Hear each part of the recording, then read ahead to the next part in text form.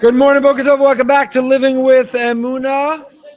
So wonderful to see everyone, particularly those who drive from far and those who are near. It's really meaningful. People come in person to learn, to grow, and to all improve and work on our Emunah muscles. An enormous thank you again to our anonymous donor, supporter of Rav David Abu Chatzera, who supplied a copy of the Sefer we're learning, Shiur Tefillah, to all those who come in person.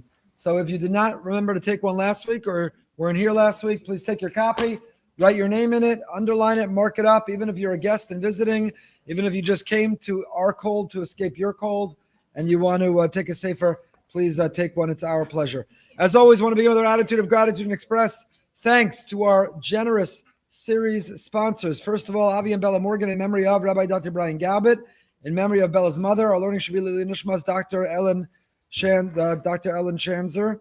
We're so grateful for their generosity. Also, the other series sponsor, anonymously in memory of the 30 fallen soldiers and alumni of B'nai David Mechina and Yeshiva in Eli.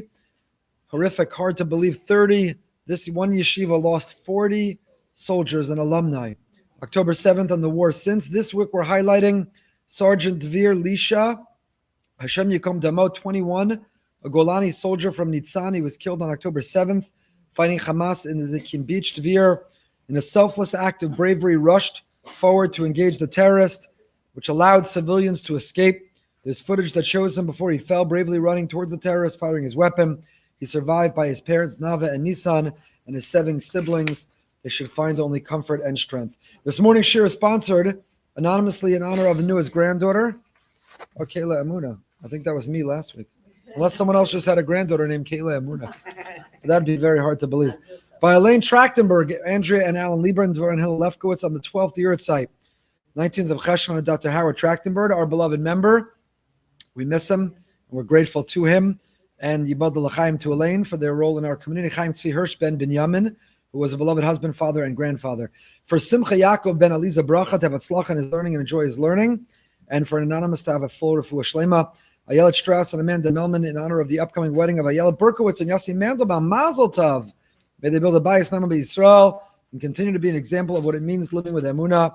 And our learning this morning should be a schus for Yaakov Yisrael ben Sarah Elka. Okay, we begin as we always do with some Emunah emails that have come in. Baruch Hashem, I feel so blessed to receive so many. I read each and every one of them, and I hope the exercise of writing them is valuable in growing Emunah, capturing Emunah. So please continue to do so, even if I'm unable to read them all. But let's start with this week's Kapitel Chav Gimel sighting. We studied Mizmor David Hashem Roi Lo Achzar a couple weeks ago, and last week we spoke about Kapitel chapter Psalm 23. Hashem is my shepherd, I shall not lack. What I want to not lack, we learned, is let me never be lacking in knowing He's my shepherd. So we saw the picture of the person wearing the tank top with the number and it said Psalm number 23. That was their Psalm. And then last week we had another sighting on a license plate. And here's the latest email. Dear Rabbi Goldberg, since your past Emunah shiurim have featured people seeing Tehillim Perek Chav Gimel in various different places, I felt I couldn't not share my experience from this morning. I got on the subway for work this morning like any other day. Happy I found a seat next to a woman who wouldn't have to stand.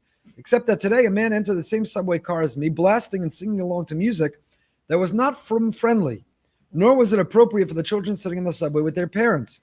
And if the music wasn't enough, anyone who made eye contact with him got an earful of words that were not very friendly either. My immediate thoughts were, wow, this is so not what I need at 8 a.m. I was frustrated for myself that this was the way my morning was beginning, as well as for parents that had to stand there covering their children's ears to shield them from this man. But as you always say, I was where I was meant to be. My frustration lapsed and I smiled when all of a sudden I looked at the lady sitting next to me, and lo and behold, through the loudness and chaos of this morning's subway ride, she was sitting there reciting Tehillim in Spanish. And what perek was she reading at the moment? Salmos 23. Translation, Psalm 23. At first I just thought it was a cute coincidence. Psalm 23 has recently been a consistent theme in this Emunah shiur. But of course, the real theme of the Emunah shiur is there are no coincidences. So I began to consider what this moment could teach me as my day proceeded to become even more hectic. I ended up having a crazy day of delays and chaos. I witnessed a car accident. Baruch Hashem, everyone's okay. Throughout the entire day, I kept thinking, wow, this has to be one of the worst days ever. And it all started with that horrible subway ride. Now that I've had time to reflect, I think Hashem may have been preemptively sending me the small reminder that through all the chaos, He will guide me and be with me. It's definitely that little wink from Hashem this morning that gave me the strength to still smile through my subway ride back home, despite the fact that it was a half an hour later than I usually go home, colder and darker than it's been last winter. So, thank you, Rabbi Goldberg, for providing me with the outlet to help me cultivate the most beautiful outlook on life, and has led me to view every event in my life as an opportunity to find Hashem leading me through it. That was this week's sighting of Salmos 23. So keep your eyes open, whether you're here in person or watching online, because I want to find out where it will come up next. Where will Hashem wink and nod to all of us in the Emunah shiur and show us that Psalm 23. Rabbi Goldberg, thank you for the shiurim. Thank you for the compliments. I love listening to the Emunah shiur on my way to work, as I did this morning. Especially love listening to the Emunah stories, and sometimes wish I had one to send on my own. Well, today I had one. I was driving home this evening from work on the Belt Parkway. As I was driving, I noticed the screen on the dashboard of the car flashing. Low tire pressure in the front passenger tire. My original thought was, I had a long day. Flat tires usually go down slowly. I prefer getting to Brooklyn, going to a tire shop I know of locally. After all, I wasn't even feeling anything abnormal to drive. Only 3 miles to go until my exit. But the screen was telling me the pressure was going down faster than I'd expected. I decided I'd call my brother and ask for a more objective opinion. Despite him being on a train going home from work himself, he answered with a warning he'll lose service any minute. I quickly told him the story. He suggested I get off the highway, take a look at the tire myself. He suggested at the very least I should drive home on the streets, not the highway. I exited and watched how the tire pressure went down. 16 psi, 11, 8, 6, 5, and to 1 within those 5 minutes. By the way, been there, done that. I think Yocheved wrote an article about it in Mishpacha magazine. Happened to us on the side of a road during COVID in North Carolina, driving a Sprinter van. I pulled over and looked at the tire, which was completely flat. I quickly Googled and searched for a local tire shop. There just happened to be a shop 0.3 miles away that was closing at 7. It was 6:30 p.m. I drove rather slowly to the shop, got my tire replaced, was back on the road within 20 minutes. There are so many aspects of hashgacha to this story.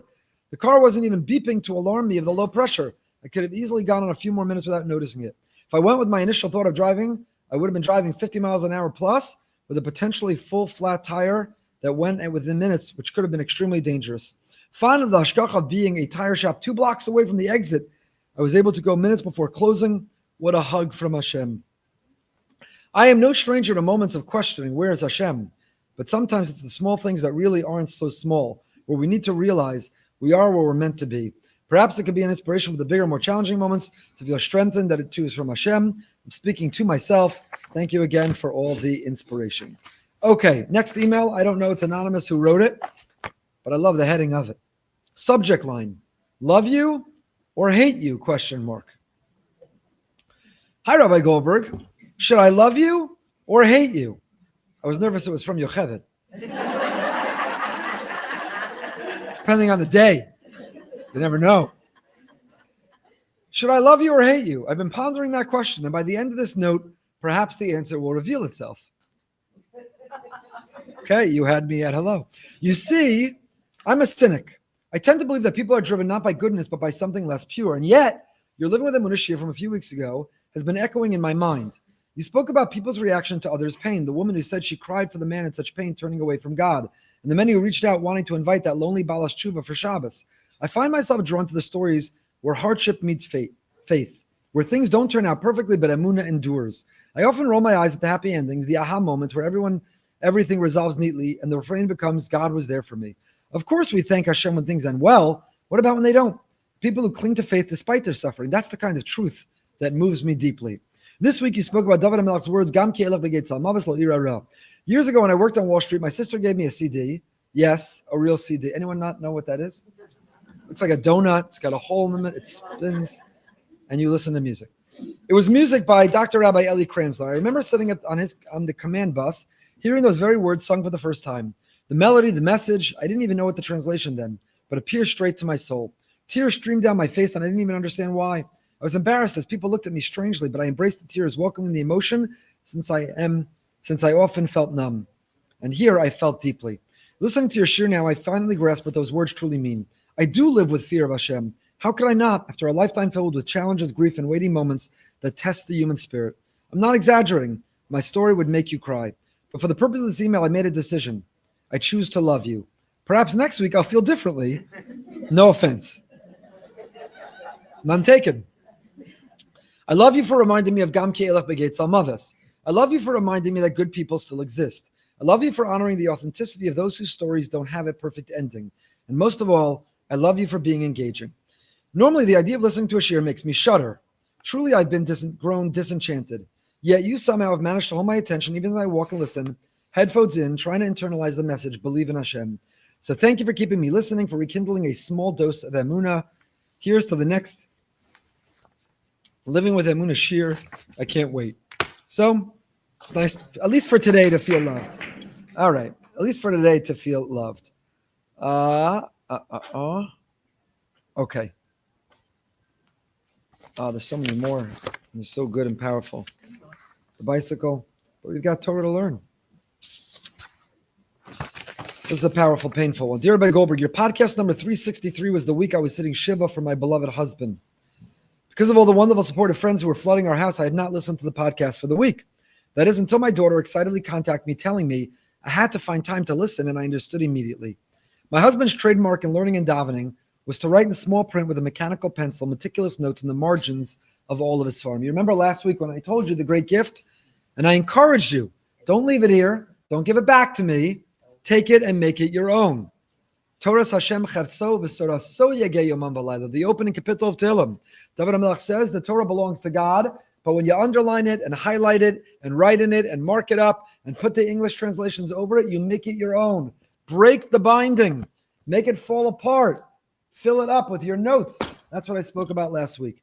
So she writes, my husband, who she just lost and was sitting Shiva for, his trademark in learning and davening was to write small print. When his sitter began to show signs of age, because of all the notations, he realized he could not simply buy a new sitter.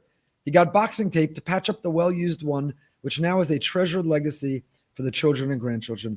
Knowing there's no such thing as a coincidence, I found it wonderful, Hashkacha Pratis, that you would discuss this particular thing on the week of his Levaya. I'm enclosing a few pictures of his sitter, which were very beautiful, and we wish her and her family only nechama, strength, and comfort through the terrible loss. I want to tell you the wink and nod she doesn't even know. I sometimes find myself speaking, I don't know why I'm talking about that. Like last week, why did I go on that rant about marking up your sefer? It's not the most important thing in the world to me. I don't know if I've ever thought about it before. I certainly didn't sit down and work on the shiur and say, this week I'm going to talk about the importance of writing in the margins and underlining your sefer and making it your own. I don't know. It just came to me. So it's equally a wink and nod from Hashem to me. It's equally a hug from above to me. When sometimes you just find yourself talking about things, you're not sure why, and you later find out when someone takes the time to write you that email, and it is a very beautiful thing. Okay, one more, and then we dive in. I was laughing so hard, I decided I must send you an email. My family has a unique position of being totally bicycle dependent. We live in a city in the north, this is Israel, where Baruch Hashem, they have excellent bicycle infrastructure, but not so great public transportation. After we moved, we decided instead of stretching ourselves to buy a car, we got me an electric bicycle. My husband is a biking enthusiast, has always gotten around by a bicycle. I absolutely love my bike and get everywhere around the city with it. I have 3 children, 5 years through 6 months, and they come along with me. I have enough room on my bike for 4 kids. Wow. Superwoman. Anyway, my husband was home for a short visit during round 4 of Miluim, which we can pause right there. Just astounding, mind-boggling, and just said passively, these are our heroes. She just says passively. My husband was home for a short visit during his 4th round of Miluim. Just extraordinary. Sorry. Yeah. And the bike was working just fine. The morning after he headed back to his base, my bike died. Not a flat tire, which also happened to me twice, but something with the motor. I called him right away, no answer. Called my brother-in-law, who answered, you're doomed, and hopped into a cab with my 3 kids for a doctor appointment across the city where we were going to be late. Once I got through to my husband, he listened to the symptoms and agreed with our brother-in-law it was probably the gears in the motor. He express shipped gears to arrive the next week when he was supposed to come home again. I managed without a bike for that week. It was tough, but okay. Unfortunately, when he got home, opened the motor, he found the issue wasn't the gears. He didn't know what to do. So he started calling around for a bike place that had time to work on it ASAP. We found someone close by. He even offered to grab it from us as he passed by on the way home. That was Wednesday. Here we are Friday morning. He still hasn't started working on the bike, and my husband will be away again for his last 2 days of Miluim, this round Monday and Tuesday. So as I'm listening to your shiur this morning while cooking, I paused to fetch and fret to my husband about the bike, and then I stopped. How ridiculous is that? I'm not supposed to have my bike right now. It's where it's supposed to be. Why should I be fretting? I have no control over the situation, and bothering my husband about it won't get the mechanic to work any faster. Emir Hashem will hear B'suras Tovos about it very soon. I'm sure I'm allowed to say that about something mundane like a bike, especially if I'm always hearing about flights. Thank you for the wonderful shiur. Good Shabbos. Someone from the north of Israel. You got to love that somebody whose husband is on his 4th, 5th round of Miluim is worried instead about the bicycle and getting around, but also has the attitude and the clarity to be able to say, my bike is where it's meant to be. And this is what we've been learning. This is what I'm encouraging. This is what I'm personally working on all the time. When we start to worry, get anxious, get angry, get resentful, get envious of others, to take that deep breath, to ground and center ourselves, and to remember we and our things and our solutions and our future spouse, they are all where they are meant to be. And when we are meant to have them, we will. We have to keep reinforcing and keep remembering. Nothing is random. Nothing is coincidence. Nothing is chance. It's all from above. Hashem wrote the play. We're just actors on the stage. And yes, we have free will. And yes, it's up to us to express initiative. But once we do, then the rest of the scene plays itself out. And that, let go and let God, surrender.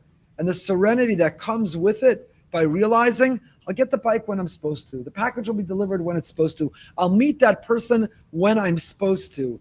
The answer will come when it's meant to come. And then we can let go. And then everything falls into place. From a bicycle to Miluim, to travel in an airplane, and to everything in between. It is all orchestrated from above. And when that happens, we can be calm. I shared with you last week the great expression I saw from the Rebbe. I want to blow it up and put it in our incredible Shayla Cafe with the other inspirational quotes we're going to be putting there. The Bavitcher Rebbe. I got a couple emails about it too. Got to put it on sweatshirts and bumper stickers. Don't be a worrier, be a warrior. Channel the energy of being a warrior instead into being a warrior. Whatever you're worried about, go be a warrior to make it happen. Whatever the case may be, for Am Yisrael, Klal Yisrael, for the Jewish people and the challenges we face, for yourself, for your family. Don't be a worrier. Be a warrior. Take that same energy and channel it into a positive action and outcome. We are on page Kuf Chavav 126 in your very own. Please mark it up and underline. There are plenty more copies. Give them out. Anyone who needs, please come and take. Write your name in and keep. Please bring it back. We're in the bottom of the right-hand column. V'chein Isa be'imrei Noam. This chapter that we're learning from the David Avu Chatzera is all about, very counterintuitively, the value of davening for Emunah. What I'm missing is Emunah and Hashem. I'm supposed to ask Hashem to have more faith in Him. The answer is yes, absolutely. Even success in faith, even the ability to see and feel Him, depends on our davening. Depends on our talking to Him. V'chein Isa be'imrei Noam, u'nevio b'lashono. The great Imnei Noam brings the following. Perashi b'tfilah Rabbi Nechunya. We have a tefillah. We say it on Friday nights. When do we say it? Right before Lechadodi. And that tefillah is called Ana B'Koach. Who wrote Ana B'Koach? Tradition has it that Ana B'Koach, this beautiful paragraph, we forgot to post it in the WhatsApp group. Miami Boys Choir? Couldn't find a good version. Ana B'Koach. This beautiful song was written not by Yerachmiel Begun of Miami Boys Choir. It was written by the great Tana, Rabbi Nechunya ben Hakana. Rabbi Nechunya ben Hakana, the great Tana, wrote it. It has 42 words. 42 words. The initials of which form the secret 42 letter of the name of Hashem. The 6 initials of each of its 7 verses form divine names. The Kabbalists teach that it should be divided into phrases of 2 words each, but our translation, Art Scroll writes, follows the division indicated by a simple reading of the phrase. So you're familiar with Ana B'Koach? If you look before Lechadodi on Friday night, you have Ana B'Koach, and there's these mystical acronym Rashi Tevos on the side of Ana B'Koach, the way it's divided. Let me read that to you again. The great Tana, the great 2nd century, 3rd century Tana, Rabbi Nechunya ben Hakana, wrote it. It contains 42 words. The initials of the 42 words form the secret 42-letter name of Hashem. I guess if ArtScroll published it, it's not such a secret anymore. The 6 initials of each of its 7 verses form divine names.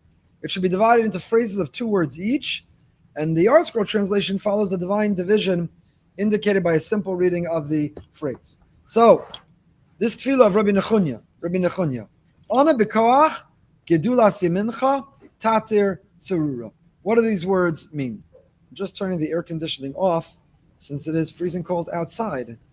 I don't know why it's blowing in here. Sorry, 1 second. Ana b'koach, this opening line means,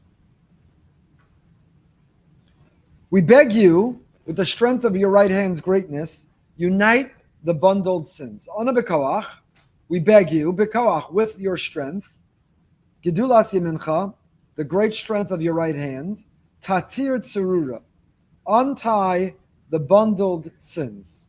That is a very esoteric, ambiguous. What does that mean? I wonder. I'm raising the temperature in another room. That's why. Okay. There you go. Sorry.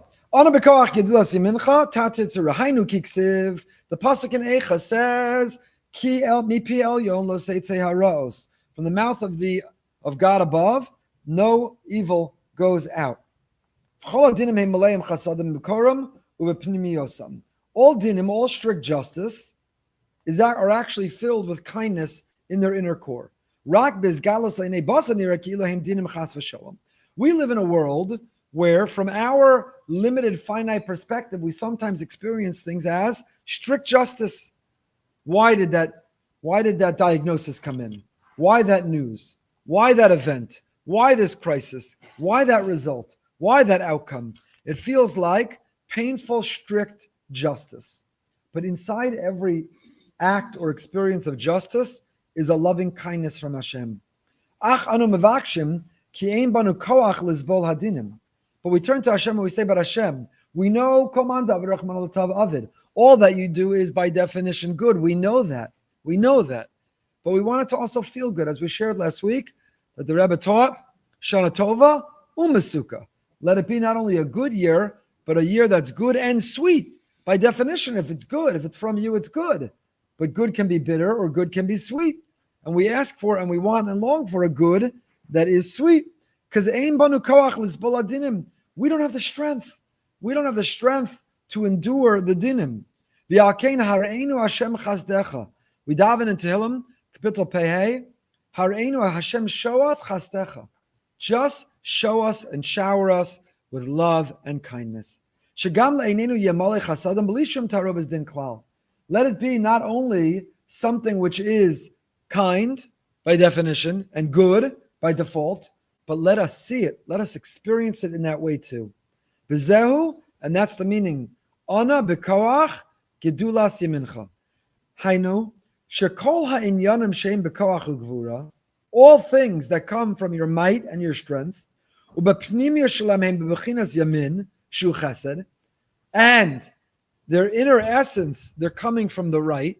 The right is always chesed. I mentioned last week, the reason we give preference and precedence to the right over the left is chesed over din. The left side is din, the right side is chesed. That's why the kittel and the kapata and the bekasha and the chasidim, even the shirt, they button right over left. The right hand over the left hand. Everything is right over left, chesed over din. So even though gedulas yemincha, your right hand, it's chesed, b'koach, everything coming through your power, gedulas yemincha, we know underneath it all is loving kindness.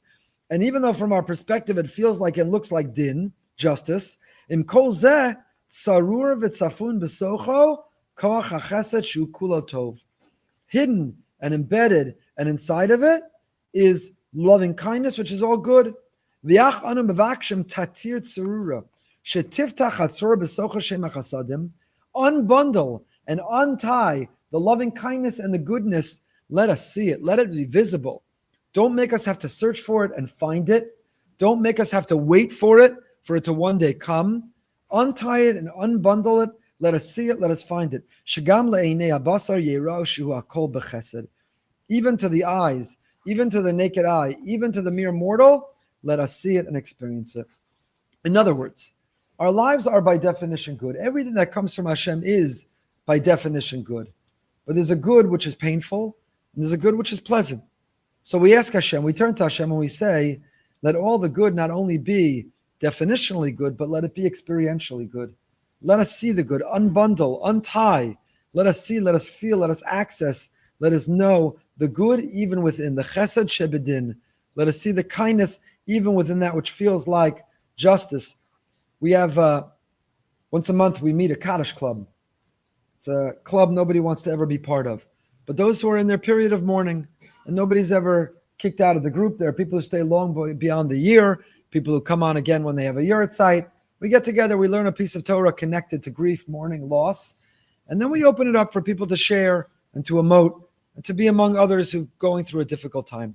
So in a recent meeting of our Kaddish group, one of the people shared about the loss of her brother and how painful it was, but how much good has come since then. She's not grateful for it. She wishes she could undo it and have him back. Of course, she's not grateful he's gone, but she's able to look back and reflect on all the lessons she's learned and all the ways she's grown and all the manners in which she has stepped up since she lost her brother. And I was wowed, because many people, they stew in their grief and their sense of mourning, and woe is me, and why, and where are you, unable to see or find any good. But there is good. There is good. It's not a good, again, that we welcome or want. We long for and we ask. Give us a good without needing to get there through what feels like bad or painful. But under that din is a chesed. How lucky and fortunate we are we can find it and name it and see it and be grateful for it.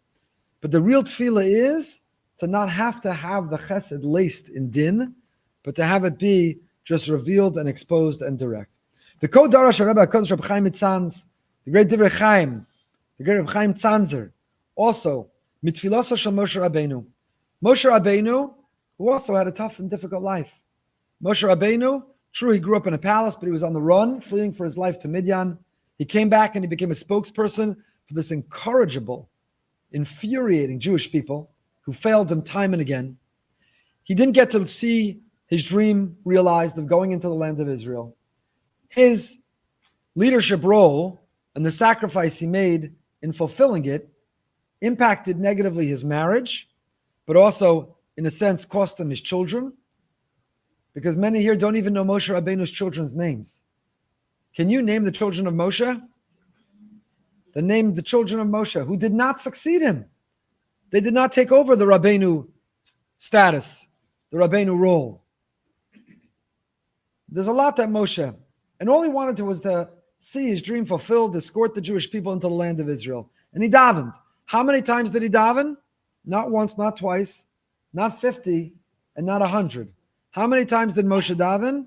Ve'eschanan al Hashem be'isa lemor. The beginning of Parshas Ve'eschanan, Dvarim Perek Gimel. 515 times. 515 times.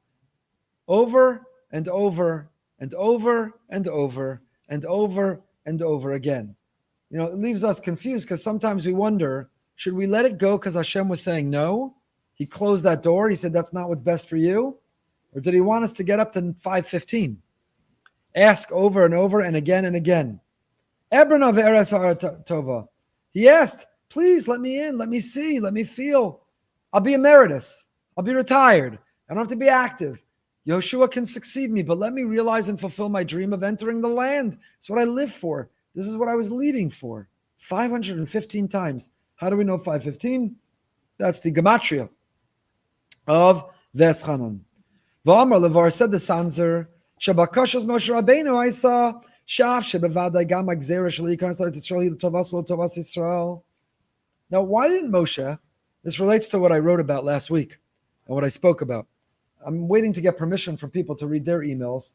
I cannot tell you the outpouring of reaction and response we've spoken about here, and I wrote about last week because I shared the letter I got before Rosh Hashanah, giving license and permission to sometimes protest or feel angry at Hashem.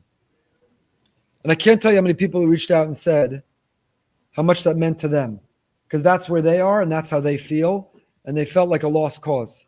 They felt rejected and they had no place. One person wrote after 7 months they went back to shul because they read the letter from the person who wrote me and the response. So far they only made it to the Kiddush, not into the davening. But I want to tell you that that's also a big deal. That's a big deal. I know somebody who, because of abuse he experienced in his youth from a person of Torah authority who has such trauma and so many triggers related, and now he has a family and desperately wants his children to not suffer from them and to be able to live a richly Jewish life. So he comes to shul because he wants them to. And he told me, I can't make it past the lobby. When I enter past the threshold and I come into the shul, my body reacts, it shuts down. I can't breathe, my chest tightens, and it's hard to even be there. We don't know what that means. And there are many more people who experience that than we want to know, or maybe than we would believe. But they're not lost causes.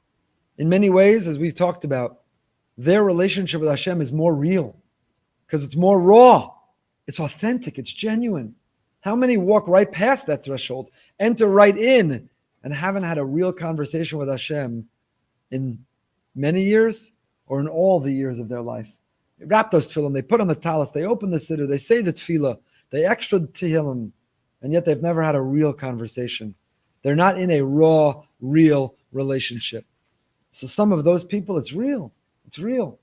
It's real.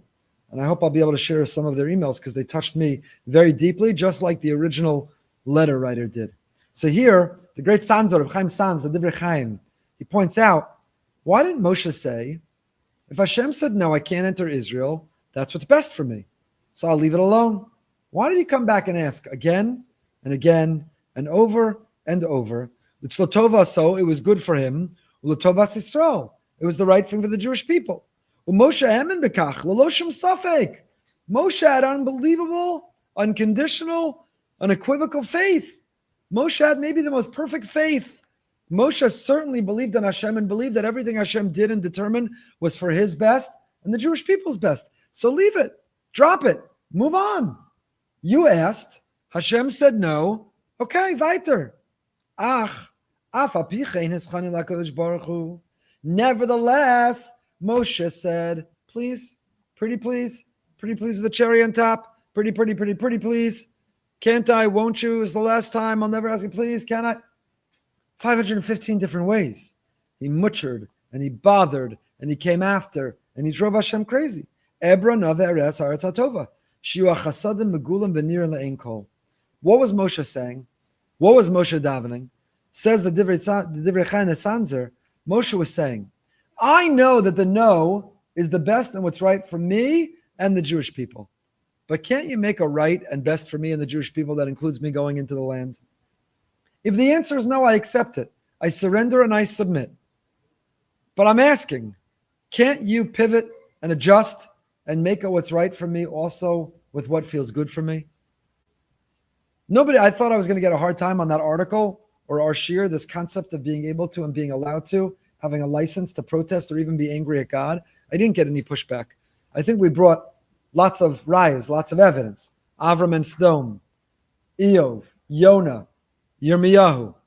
Yesterday in the Parsha shiur, the holy Eish Kodesh, the Piazetzner Rebbe, talked about how Sarah ended her life, so to say. She died in protest to Hashem when she heard that Yitzchak was sacrificed, even though he wasn't. In protest to Hashem, this is in November 1939, when 2 months earlier, his only son was murdered by the Nazis, as was his daughter-in-law, and as was his sister-in-law. He lost so much of his family. Piazetzner Rebbe gave this drush on the Warsaw Ghetto, and he said, Sarah's life ended in protest to Hashem. I don't want to live if you cause so much suffering. Hashem, you must stop the suffering. It's too much to bear.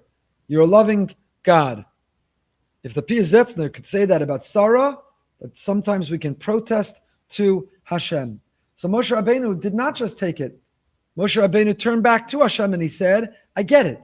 And I know with unconditional and unequivocal faith, I know it's all from you. And I surrender. I submit. If this is the answer ultimately, I'm all in. This is what's right. But would you reconsider changing what's right? If you think about it, that's what all davening is. We're finite and we're mere mortals. I don't think we've ever spoken this out. So let's do it right now for a moment. Hashem is infinite and omnipotent. He's all-knowing and all-seeing. I'm mere mortal and I'm finite. Like, there's someone I sometimes get a ride with, a drive with, who for some reason has this aversion to using Waze or Google Maps. Whenever we go, he says, I know how to go. I know the shortcut. I know where to get on. I know the express lanes. I say, you can't see around buildings. You can't see around corners. You can't see 5 miles in advance. You don't know where an accident happened, where traffic built up, or where the police are hiding.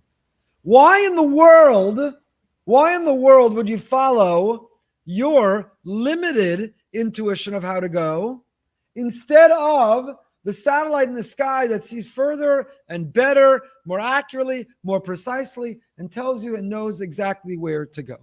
Why in the world? And I struggle and I debate and argue with him each and every time. Each and every time. One of my favorite stories. A couple summers ago, my daughter had a baby in New York, and I was going with my mother-in-law to go see and meet this baby. I was at a hospital in the North Shore, and I was following Waze, and it was taking me a different direction she was used to. She kept criticizing. She's not as used to using Waze. It's not a criticism. I love her with all my heart. And she said, why are you going this way? I said, Ma, it's Waze. There's a satellite. It knows traffic. It's telling us. So she protested by saying, Waze is not from the neighborhood. Waze doesn't know how to go. Waze is not from our neighborhood.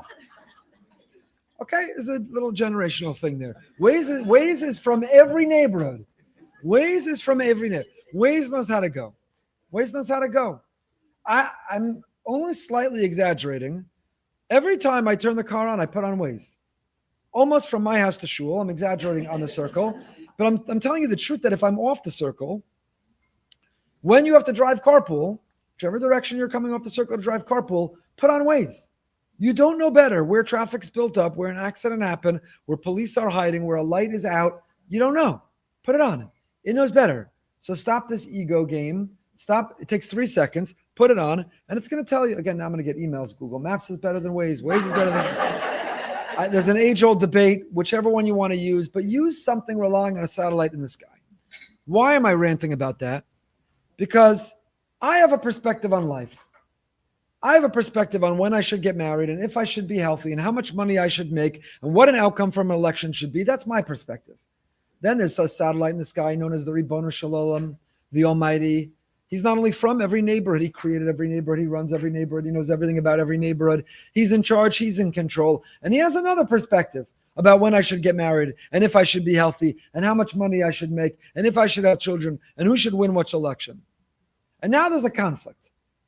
His perspective, his determination, his decision, and mine. He's infinite, I'm finite. He's omnipotent, I'm limited. He's perfect, and Yocheved tells me I'm not. So who should surrender to whom?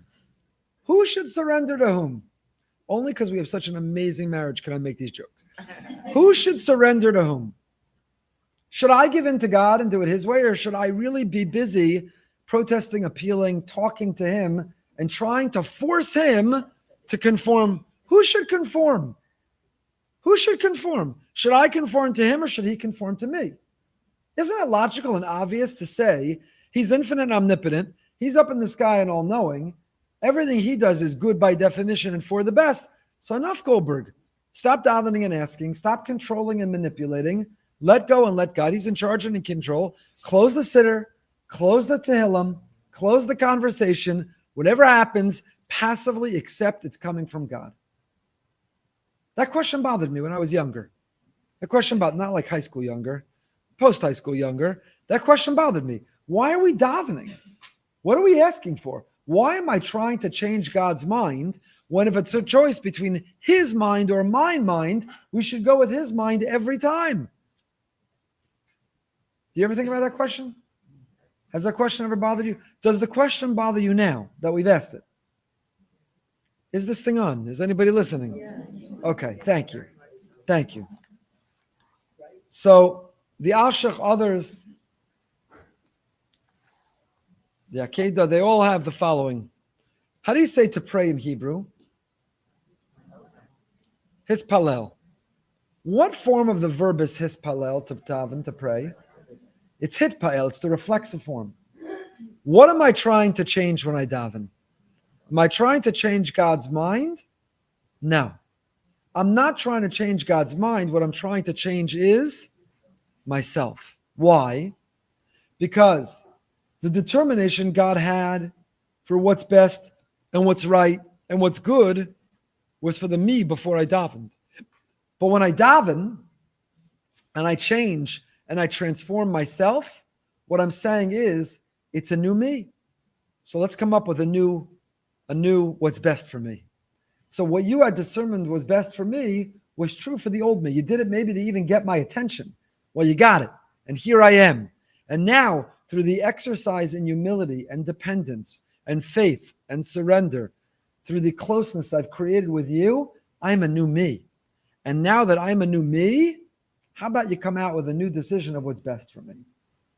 Person comes before a judge, and the judge says, I look at your record, I've examined all the evidence, I'm locking you up, I'm putting you in this program, I'm making you pay this fine, you have to volunteer this service.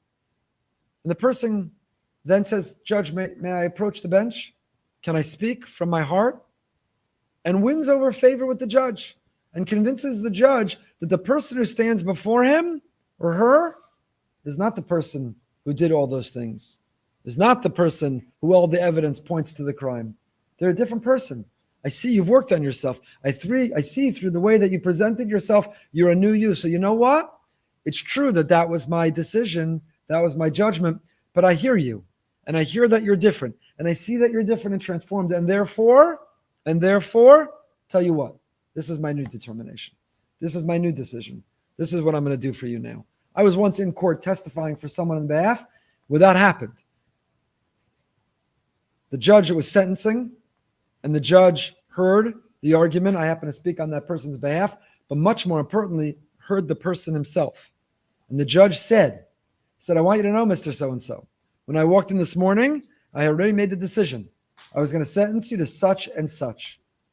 But having heard you, I believe you. I find you compelling and persuasive. And I hear the people who spoke for you.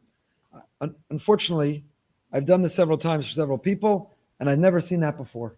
Usually whatever the decision was before they walked in the court was the sentencing that was handed down no matter what was said. But here he heard something. He saw something, and he said, I was going to put you in jail today from this hearing. But instead I've decided such and such. Every time we daven, we're turning to Hashem, hispalel, hitpael. We're not trying to change his mind. The act and the process, the exercise of prayer is to change ourselves. And to make the argument, Hashem, well, you had determined what you decided was best for me. That was the old me. That was the last me. But now through this experience, through this process, through this tefillah, there's a new me. So would you reconsider maybe what the new me should get? That's what the Divrei Chaim is saying. Not in so many words, but that's what's underlying what the Divrei Chaim is saying.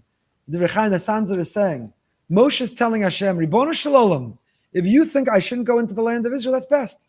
That's right. That's just. It's good. It's good for me. It's good for Klal Yisrael. But it's good for the old me. Through 515 times of asking you, I've changed myself 515 different ways. Maybe Epis, now it is good for me to go in. Maybe the new me Epis, it is good for Klal Yisrael for me to lead them in. And if the answer is still no, I accept it.